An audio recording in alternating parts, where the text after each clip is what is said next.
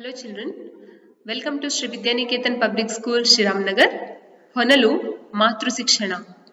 Today we are with ELGA 14, Unit 8, second component revision class. That is your reading and listening comprehension. Yes, so now let's start our revision. As we have discussed in our concept map, our second component first topic is problem and solution. Yes. What is problem? It is nothing but in any story where a character or the author wants to change or fix. Yes. Problem is something that a character in the story or the author wants to change or something to be fixed. And what is the solution? It is a way the problem is fixed. Yes, as we know that for every problem there will be a solution. Yes, so problem is nothing but where a character is facing something, and for that we need to find out a solution. Means the way the problem is fixed. So can you see here, for example, the government ordered the cutting of trees to give the land to a sports company. So this is the evidence from the poem. Here too, people were fond of trees. The government ordered the cutting of trees. When there is a problem, we are finding out the problem. For that, we need to even identify the evidence. We need to provide an evidence. So for that, what is the solution? The villagers embraced the trees to prevent them from being cut. And what is the evidence? Once again, we need to provide an evidence. So trees were embraced in protest. The government's decision was put to rest. So for solution there is an evidence, and for problem also there is an evidence. So for every problem as there is a solution. So here government ordered the cutting of trees to give the land to the sports company, and the villagers embraced the trees to prevent them from being cut. Okay, so there is a problem, and for that problem there is a solution that is fixed. Now it's your turn where you have to refer your SR4. Read the story of the builder of a nation. So use the provided graphic organizer of problem and solution. List the problem and solution in the story. Okay, and you need to provide an evidence also. Clear? Yes. So our next topic is imagery. Imagery is nothing but it is a language which is helping the readers to create images in their minds. So imagery can appeal to one or more scenes like sight, sound, smell, taste and touch.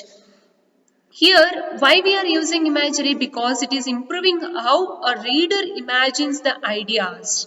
Yes, like what are the sense? I said like I see. Like for example, if you take the poem The Chipko Movement, there what you see, many villagers joined the right. That is the thing where we can see that. Just refer the SR, the Chipko Movement. Okay, what you can hear there. They shouted they want the forest beer. And what is the smell? Smell of the soil. And what you taste is nothing but the fresh fruits. And I feel or a touch. When you hug a tree, how you feel or how you touch. When you want to hug a tree, we touch that and we hug it. So that is how the senses how they are working. That is called imagery, because using all the five senses we will imagine something in our minds. Okay. So there is a note here. So you have to read the following text and tick which sense it appeals to the most. There are five senses given here. Read the following text and just tick which sense it appeals to the most. Okay, and even underline the words or phrases that show the imagery, means which shows you to think. Just underline those words. Okay. Then moving on to the next topic, that is your similes. What is similes? Similes are used to compare two things which have some similarities using the words like or as. For example, as hot as the sun, colorful like crayons. We are comparing, okay, we are comparing the things with one to another. We are comparing two things. That is called similes. And now you have to read the lines from the poem Power of One. And you need to identify the similes in these lines. Okay, read this short poem and identify the similes, means which is showing the similarities between two things that you need to identify and write down. Clear? And then comes repetition. What is this repetition? Yes. So here when you come across some articles, stories, poems or whatever, they will be using the same words for few times, because to show the importance of an idea, where when an author or a poet is writing a poem or an author is writing an article or whatever, they will use the repeated words to show the certain idea from their passage. So for that repeated words we are calling as repetition. Yes. So can you see here? Who is Aunt I am? Mama. Here there is a question asking who is Aunt I am?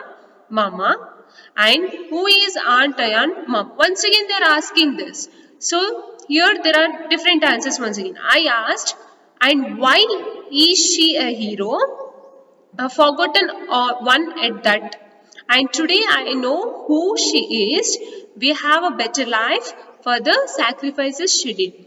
So here there is a question asking that who is Aunt I am.